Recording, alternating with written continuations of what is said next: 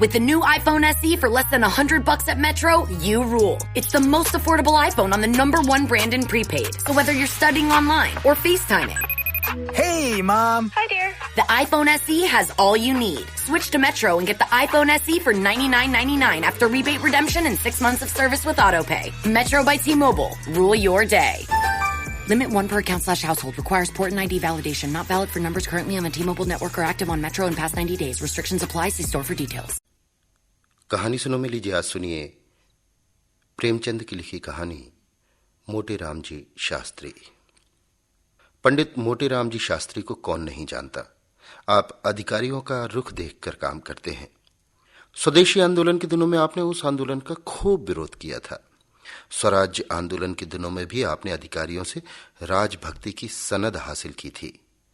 मगर जब इतनी उछल कूद पर भी उनकी तकदीर की मीठी नींद न टूटी और अध्यापन कार्य से पिंड न छूटा, तो अंत में आपने एक नई तदबीर सोची। घर में जाकर धर्म पत्नी से बोले, इन बूढ़े तोतों को रटाते रटाते मेरी खोपड़ी पच्ची हुई जाती है। इतने दिनों विद्यादान करने का क्या फल मिला जो और आगे कुछ मिलने की आशा करूं। धर्म पत्नी ने चिंतित होकर कहा, भोजन का भी तो कोई सहारा चाहिए। मोटे राम बोले, तुम्हें जब देखो पेट की ही फिक्र पड़ी रहती है। कोई ऐसा विरला ही दिन जाता होगा कि निमंत्रण ना मिलते हो, और चाहे कोई निंदा ही करे पर मैं परोसा लिए बिना नहीं आता कि आज ही सब यजमान मरे जाते हैं। मगर जन्म भर पेट ही जलाया तो क्या किया, संसार का कुछ सुख भी तो भोगना चाहिए। मैंने वैद्य बनने का निश्चय कर लिया है। स्त्री ने आश्चर्य से कहा, वैद्य कैसे बनोगे? कुछ वैद्य की पढ़ी भी है? मोटे राम बोले, वैद्यक पढ़ने से कुछ नहीं होता। संसार में विद्या का इतना महत्व नहीं जितना बुद्धि का। 2-4 सीधे साधे लटके हैं, बस और कुछ नहीं है। भिष्गाचार्य हो या नहीं, किसी को क्या गरज पड़ी है जो मेरी परीक्षा लेता फिरे। एक मोटा सा साइन बोर्ड बनवा लूंगा, उस पर ये शब्द लिखे होंगे, यहां स्त्री पुरुषों के रोगों की चिकित्सा विशेष रूप से की जाती है। 2-4 पैसे का हर बहेरा आंवला कूट छान कर रख लूंगा। बस इस काम के लिए इतना सामान पर्याप्त है। हाँ, समाचार पत्रों में विज्ञापन दूंगा और नोटिस बंटवाऊंगा। उसमें लंका, मद्रास, रंगून, कराची आदि दूरस्थ स्थानों के सज्जनों की चिट्ठियां दर्ज की जाएंगी। ये मेरे चिकित्सा कौशल के साक्षी होंगे। जनता को क्या पड़ी है कि इस बात का पता लगाती फिरे कि उन स्थानों में इन नामों के मनुष्य रहते हैं या नहीं। फिर देखो वैद्यक कैसी चलती है। स्त्री बोली, लेकिन बिना जाने बूझे दवा दोगे तो फायदा क्या करेगी? मोटे राम बोले, फायदा न करेगी मेरी बला से। वैद्य का काम दवा देना है, वो मृत्यु को परास्त करने का ठेका नहीं लेता। और जितने आदमी बीमार पड़ते हैं सभी तो नहीं मर जाते।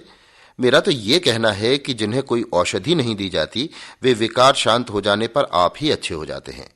वैद्यों को बिना मांगे यश मिलता है। 5 रोगियों में से एक भी अच्छा हो गया तो उसका यश मुझे अवश्य ही मिलेगा। शेष 4 मर गए तो मेरी निंदा करने थोड़ी ही आवेंगे। मैंने बहुत विचार करके देख लिया, इससे अच्छा कोई काम नहीं है। लेख लिखना मुझे आता ही है, कवित्व बना ही लेता हूं। पत्रों में आयुर्वेद के महत्व पर 2-4 लेख लिख दूंगा। उनमें जहां तहां 2-4 कवित्व भी जोड़ दूंगा और लिखूंगा भी जरा चटपटी भाषा में। फिर देखो कितने उल्लू फंसते हैं। ये न समझो कि मैं इतने दिनों केवल तोते ही रटाता रहा हूं। मैं नगर के सफल वैद्यों की चालों का अवलोकन करता रहा हूं और इतने दिनों के बाद मुझे उनकी सफलता के मूल मंत्र का ज्ञान हुआ है। ईश्वर ने चाहा तो एक दिन तुम सिर से पांव तक सोने से लदी होगी। स्त्री ने अपने मनोल्लास को दबाते हुए कहा, मैं इस उम्र में भला क्या गहने पहनूंगी? ना वो अभिलाषा ही है। पर ये तो बताओ कि तुम्हें दवाएं बनानी भी तो नहीं आती। कैसे बनाओगे? रस कैसे बनेंगे? दवाओं को पहचानते भी तो नहीं हो। मोटे राम बोले, प्रिय तुम वास्तव में बड़ी मूर्खा हो। अरे वैद्यों के लिए इन बातों में से एक की भी आवश्यकता नहीं। वैद्य की चुटकी की राख ही रस है, भस्म है, रसायन है। बस आवश्यकता है कुछ ठाट बाट की। एक बड़ा सा कमरा चाहिए, उसमें एक दरी हो, ताकों पर 10-5 शीशियां बोतलें हों। इसके सिवा और कोई चीज की दरकार नहीं, और सब कुछ बुद्धि आप ही आप कर लेती है। मेरे साहित्य मिश्रित लेखों का प्रभाव पड़ेगा, तुम देख लेना। अलंकारों का मुझे कितना ज्ञान है ये तो तुम जानती ही हो। आज इस भूमंडल पर मुझे ऐसा कोई नहीं देखता जो अलंकारों के विषय में मुझसे पेश पा सके। आखिर इतने दिनों घास तो नहीं खोदी है। 10-5 आदमी तो कवि चर्चा के नाते ही मेरे यहां आया जाया करेंगे। बस वे मेरे दलाल होंगे, उन्हीं के मार्फत रोगी आवेंगे। मैं आयुर्वेद ज्ञान के बल पर नहीं, नसिका ज्ञान के बल पर धड़ल्ले से वैद्यक करूंगा। तुम देखती तो जाओ। स्त्री ने आत्मविश्वास के भाव से कहा, मुझे तो डर लगता है कि कहीं ये विद्यार्थी भी तुम्हारे हाथ से न जाए। न इधर के रहो न उधर के। तुम्हारे भाग्य में तो लड़के पढ़ाना लिखा है और चारों ओर से ठोकर खाकर फिर तुम्हें वही तोते रटाने पड़ेंगे। मोटेराम बोले, तुम्हें मेरी योग्यता पर विश्वास क्यों नहीं आता? स्त्री बोली, इसलिए कि वहां भी धूर्तता करोगे। मैं तुम्हारी धूर्तता से चिढ़ती हूं। तुम जो कुछ नहीं हो और नहीं हो सकते वो क्यों बनना चाहते हो? तुम लीडर न बन सके, सिर पटक कर रह गए। तुम्हारी धूर्तता ही फलीभूत होती है और इसी से मुझे चिढ़ है। मैं चाहती हूं कि तुम भले आदमी बनकर रहो, निष्कपट जीवन व्यतीत करो, मगर तुम मेरी बात कब सुनते हो? मोटेराम बोले, आखिर मेरा नासिक ज्ञान कब काम आएगा? स्त्री बोली, किसी रईस की मुहासी भी क्यों नहीं कर लेते? जहां 2-4 सुंदर कवित्व सुना दोगे वो खुश हो जाएगा और कुछ ना कुछ दे ही मरेगा। वैद्यक का ढोंग क्यों रचते हो?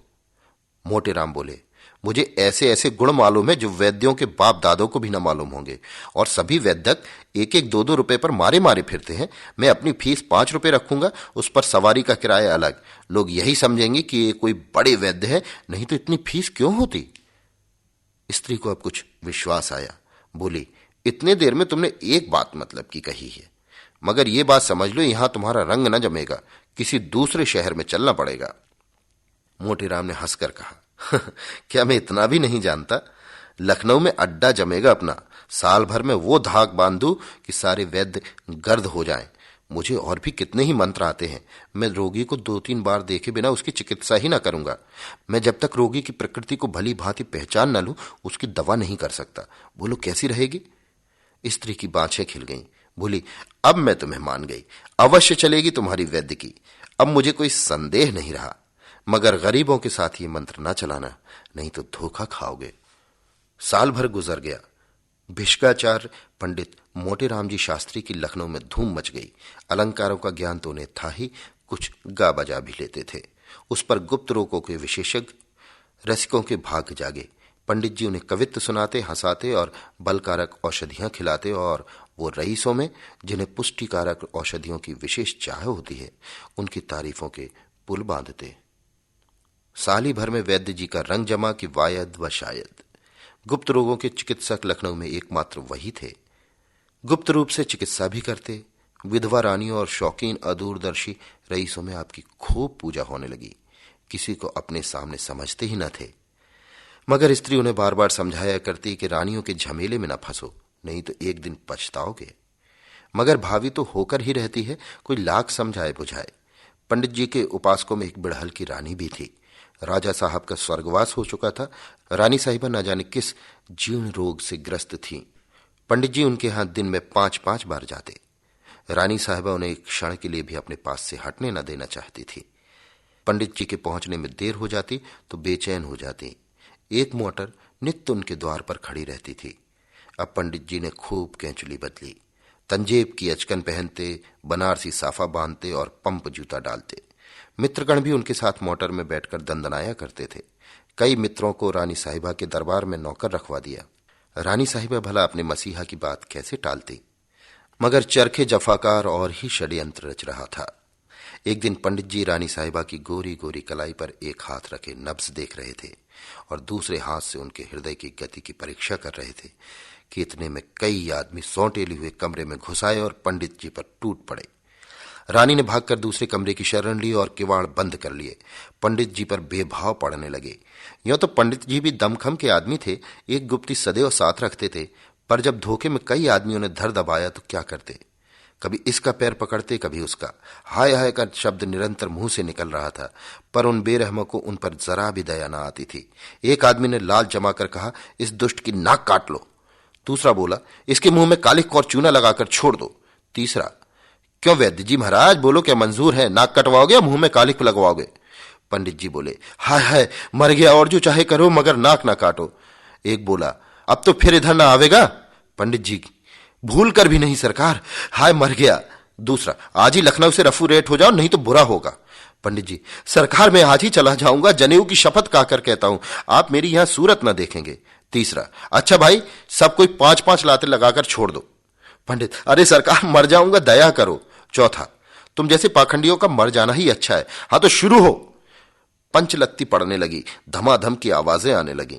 मालूम होता था नगाड़े पर चोट पड़ रही है। हर धमाके के बाद एक बार हाय की आवाज निकल आती, मानो उसकी प्रतिध्वनि हो। पंचलत्ती पूजा समाप्त हो जाने पर लोगों ने मोटेराम जी को घसीटकर बाहर निकाला और मोटर पर बैठाकर घर भेज दिया। चलते चलते चेतावनी दे दी कि प्रातःकाल से पहले भाग खड़े होना, नहीं तो और ही इलाज किया जाएगा। मोटेराम जी लंगड़ाते कराहते लकड़ी टेकते घर में गए और धम से चारपाई पर गिर पड़े। स्त्री ने घबरा कर पूछा, कैसा जी है? अरे तुम्हारा क्या हाल है? हाय हाय, ये तुम्हारा चेहरा कैसा हो गया है? मोटेराम बोले, हाय भगवान, मर गया। स्त्री बोली, कहां दर्द है? इसी मारे कहती थी बहुत रबड़ी ना खाओ, लवण भास्कर ले आऊं? मोटेराम बोले, हाय, दुष्टों ने मार डाला, उसी चंडालनी के कारण मेरी दुर्गति हुई, मारते मारते सबों ने भुरकस निकाल दिया। स्त्री बोली, तो ये कहो कि पिटकर आए हो? हाँ, पिटे तो हो, अच्छा हुआ। हो तो तुम लातों के ही देवता। कहती थी कि रानी के यहां मत आया जाया करो, मगर तुम कब सुनते हो? मोटेराम बोले, हाय हाय, तुम्हें भी इस दम कोसने की सूझी। मुझे तो बुरा हाल है और तू कोस रही है। किसी से कह दे ठेला वेला लावे, रातों रात लखनऊ से भाग जाना है, नहीं तो सवेरे प्राण न बचेंगे। स्त्री बोली, नहीं, अभी तुम्हारा पेट नहीं भरा, अभी कुछ दिन यहाँ की हवा खा लो। कैसे मजे से लड़के पढ़ाते थे वहां, नहीं तो वैद्य बनने की सूझी। बहुत अच्छा हुआ, अब उम्र भर न भूलोगे। रानी कहा थी कि तुम पिटते रहे और उसने तुम्हारी रक्षा न की। पंडित बोले, हाय हाय, वो चुड़ैल तो भाग गई उसी के कारण। क्या जानता था कि ये हाल होगा, नहीं तो उसकी चिकित्सा ही क्यों करता।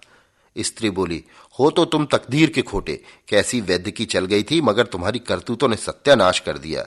आखिर वही पढ़ौनी करनी पड़ी, हो तकदीर के खोटे। प्रातःकाल मोटेराम जी के द्वार पर ठेला खड़ा था और उस पर असबाब लद रहा था। मित्रों में एक भी नजर न आता था। पंडित जी पड़े कराह रहे थे और स्त्री सामान लदवा रही थी। Ace is the place with the helpful hardware, folks. Ace is the only national retailer that carries Benjamin Moore paint, which means the paint you trust and a huge selection of colors are right in your neighborhood. And this Saturday only, you can pick up a free sample of Benjamin Moore at your local Ace. It's a great way to explore quality colors and find the perfect one for your place. So if you're looking for award-winning service and a new look for your home, look no further than Benjamin Moore paint at Ace. Offer valid August 1st for Ace Rewards members. Limit 1 at participating stores while supplies last.